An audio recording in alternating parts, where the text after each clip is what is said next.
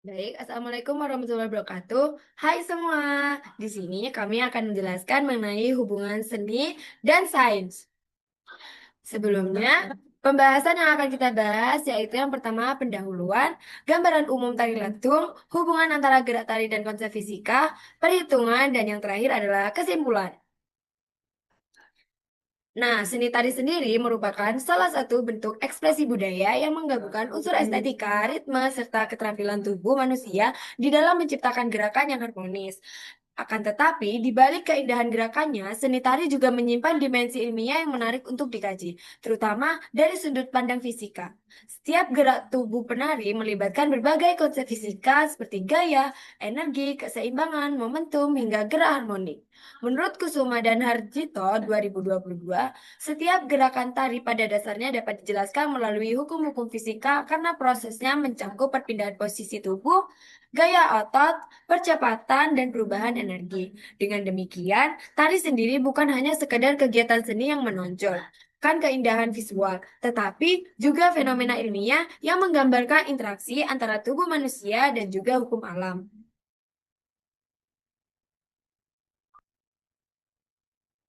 Nah, gambaran umum tari latung sendiri.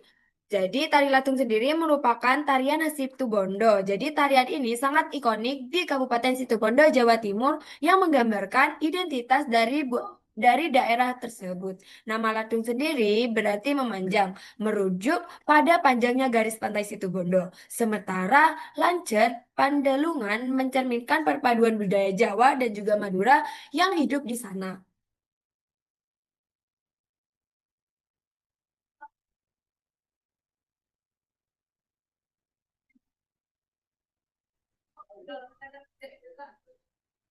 Baik, selanjutnya saya akan melanjutkan yaitu hubungan gerak tari dan konsep fisika.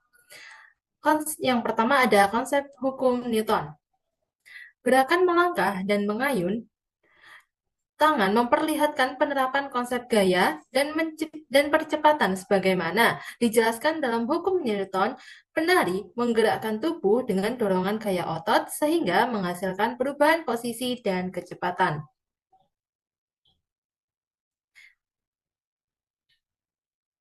Fenomena ini menggambarkan hukum Newton 2, di mana dengan persamaan F sama dengan M dikali A, di mana gaya berbanding lurus dengan massa dan percepatan yang dihasilkan. Hasil tersebut menunjukkan besarnya tenaga otot yang digunakan penari untuk menggerakkan tangan secara ritmis mengikuti irama musik. Selain itu, ketika kaki menapak dan mendorong lantai untuk melangkah, terjadi aksi dan reaksi antara kaki dan lantai sesuai hukum Newton 3, di mana kaki memberikan gaya ke lantai dan lantai memberikan gaya dorong yang sama besar ke arah berlawanan sehingga tubuh penari terdorong untuk maju. Next.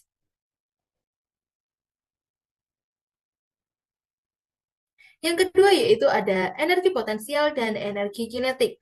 Gerakan melompat menampilkan transformasi energi potensial menjadi energi kinetik saat penari naik dan turun yang menggambarkan prinsip kekekalan mekanik. Di mana di sini saat penari menekuk lutut dan bersiap meloncat, energi kimia dari otot kaki diubah menjadi energi potensial elastik. Ketika tubuh mulai terangkat ke atas, energi tersebut berubah menjadi energi potensial gravitasi, dan ketika penari turun kembali, energi tersebut berubah menjadi energi kinetik.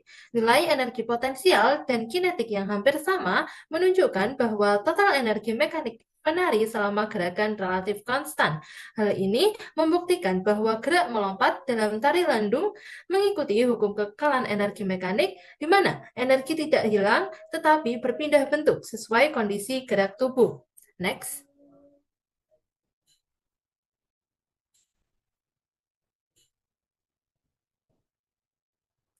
Baik, yang tiga yaitu ada keseimbangan pusat massa, di mana di sini saat penari melakukan gerakan berputar dan menahan posisi tubuh yang memperlihatkan penerapan konsep keseimbangan dan pusat massa, di mana penari akan mengatur posisi tangan dan kaki agar tubuh tetap stabil selama berotasi. Nah, di sini gerakan berputar dan menahan posisi tubuh itu menampilkan penerapan konsep pusat massa dan momentum sudut yang erat kaitannya dengan stabilitas tubuh manusia. Dalam pengamatan, penari sering melakukan gerakan berputar dengan tangan direntangkan untuk menjaga kestabilan rotasi. Ketika tangan direntangkan menjauhi dari tubuh, momen inersia meningkat menyebabkan kecepatan sudut berkurang. Sebaliknya, ketika tangan didekatkan ke tubuh, momen inersia menurun dan kecepatan putar meningkat. Fenomena ini sesuai dengan prinsip momentum sudut, di mana hasil kali antara momentum inersia dan kecepatan sudut selalu konstan selama tidak ada gaya luar yang bekerja pada sistem. Keseimbangan penari juga dipengaruhi oleh posisi pusat massa terhadap bidang tumpu. Next.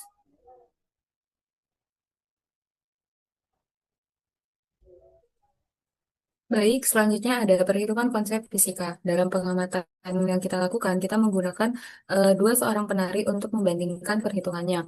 Yang mana yang pertama ada konsep gaya hukum Newton dengan F sama dengan M kali A.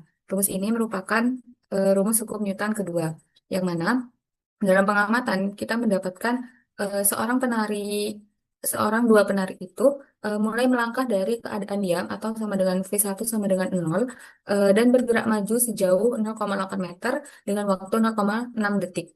Nah, eh, untuk mencari F sama dengan M kali A ini, kita harus mencari percepatannya dulu dengan yang diketahui kan tadi jaraknya 0,8 meter dan waktunya 0,6 detik. Nah, dari situ kita bisa langsung saja untuk mencari jarak terlebih dahulu dengan rumus setengah A kali T kuadrat.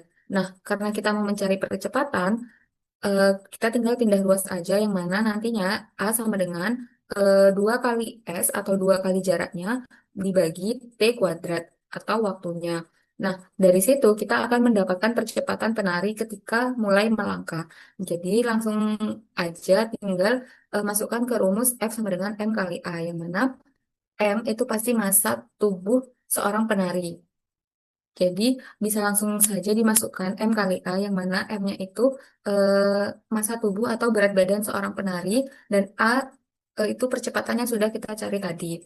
Nah, dari perbedaan kedua penari itu kita mendapatkan bahwa perbedaan massa tubuh itu eh, bisa kita bandingkan yang mana salah satu penari itu memiliki massa tubuh sedikit lebih besar dibandingkan penari satu, sehingga tubuhnya itu memiliki kelembaman yang lebih tinggi dan lebih sulit digerakkan ketika berat badannya itu lebih berat. Nah, agar dapat menghasilkan percepatan gerak yang sama ketika melangkah, itu penari kedua perlu memberikan gaya otot yang lebih besar dibandingkan penari satunya yang lebih ringan. Nah, hal itu tentunya sesuai dengan konsep fisika atau lebih tepatnya hukum 2 Newton yang menyatakan bahwa gaya berbanding lurus dengan massa apabila percepatannya itu tetap atau konstan. Dengan demikian, semakin besar massa tubuh seseorang, semakin besar pula gaya otot yang dibutuhkan untuk menghasilkan suatu gerakan dengan percepatan yang sama. Next. Nah, selanjutnya konsep yang kedua yaitu ada energi potensial dan energi kinetik. Seperti yang kita tahu bahwa rumus energi kinetik itu EK sama dengan setengah kali M kali V kuadrat. Sedangkan rumus energi potensialnya itu EP sama dengan M kali G kali H. Nah, sama halnya seperti hukum yang pertama, kita juga perlu massa tubuh seorang penari atau berat badan seorang penari dan juga tinggi badan seorang penari untuk menghitung konsep fisikanya. Yang mana dari situ kita juga bisa kira-kira nih tinggi lompatan seorang penari itu berapa sesuai tingginya. Jadi kayak semakin tinggi seseorang, loncatannya kan juga pasti semakin tinggi. Nah, dari perbedaan itu tentunya hasilnya juga akan berbeda. Semisal tinggi lompatan penari pertama itu hanya 0,25 meter, 0,25 cm dan penari dua 0,30 meter. Nah, itu sudah sangat berbeda. Jadi lompatan yang dihasilkan itu juga pasti berbeda. Nah, setelah sebelum mencari rumus ini, kita juga perlu mencari kecepatan awal lompatan untuk rumus EK-nya. Jadi hasilnya nanti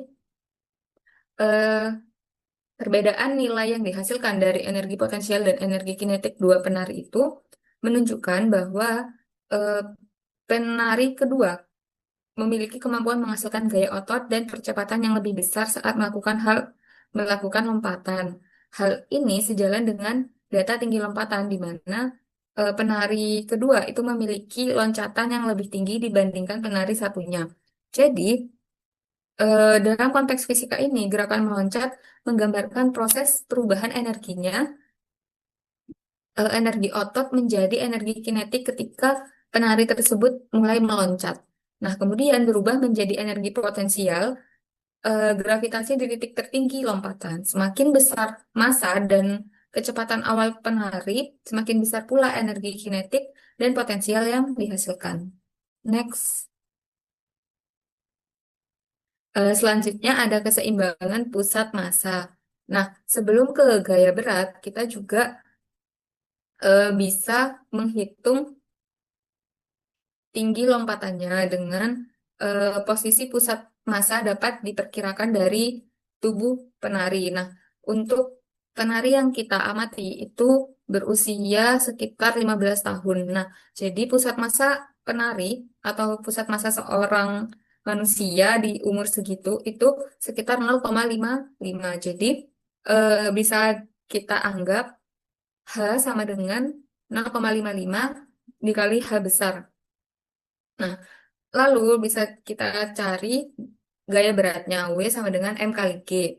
Yang mana nantinya perbedaan tinggi badan dan massa antara kedua penari itu menghasilkan perbedaan pada pusat massa dan gaya beratnya. Nah, penari satu itu memiliki pusat massa lebih rendah dan gaya lebih gaya berat lebih kecil sehingga lebih stabil dan lebih mudah menjaga kestabilan ketika menari. Nah, sedangkan penari kedua atau penari satunya dengan pusat massa lebih tinggi dan gaya berat yang lebih besar memiliki daya gerak dan jangkauan lebih luas, namun membutuhkan suatu kontrol untuk keseimbangan yang lebih kuat. Nah, jadi berdasarkan tiga konsep hukum yang sudah dijelaskan, dan hasil perhitungan yang sudah didapatkan, perbedaan massa dan tinggi badan kedua penari itu dapat mempengaruhi besar gaya energi dan kestabilan tubuh saat bergerak. Dan hasil yang kita dapatkan, penari kedua itu memiliki massa yang lebih besar dan tinggi lebih besar, sehingga menghasilkan energi kinetik dan potensial lebih besar, serta karena semuanya lebih besar, jadi juga membutuhkan gaya otot yang lebih kuat untuk menghasilkan percepatan yang sama seperti penari satu. Nah, sementara penari ke satu itu kan dengan pusat massa lebih rendah dan memiliki keseimbangan tubuh lebih baik dan lebih mudah mempertahankan stabilitas atau keseimbangannya saat melakukan gerakan seperti berputar dan menjijit. Nah, dengan demikian, perbedaan fisik kedua penari menghasilkan karakteristik gerak yang berbeda. Penari satu itu lebih stabil dan efisien, sedangkan penari kedua lebih kuat dan ekspresif dalam menghasilkan gaya dan energi geraknya. Mungkin next. Nah, jadi kesimpulannya, hubungan seni dan sains itu tentunya saling melengkapi, di mana keduanya saling membutuhkan untuk pemahaman dan inovasi yang lebih baik. Sains memberikan landasan pengetahuan, logika, dan data, sementara seni memberikan kreativitas, imajinasi, dan estetika untuk visualisasi serta komunikasi yang efektif. Seni membantu memvisualisasikan konsep ilmiah yang rumit, dan sains mendorong inovasi kreatif dalam seni seperti dalam desain produk dan visualisasi data. Jadi seni dan sains itu masih saling berkaitan.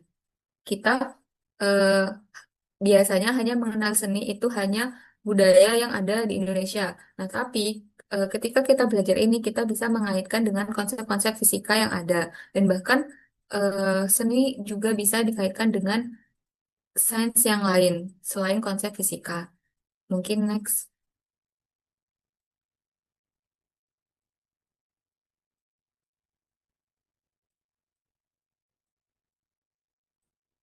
Baik, jadi itu saja pemaparan dan penjelasan dari kami. Semoga materi yang kita sampaikan dapat dimengerti dan semoga dapat memahami hubungan antara seni dan sains. Terima kasih.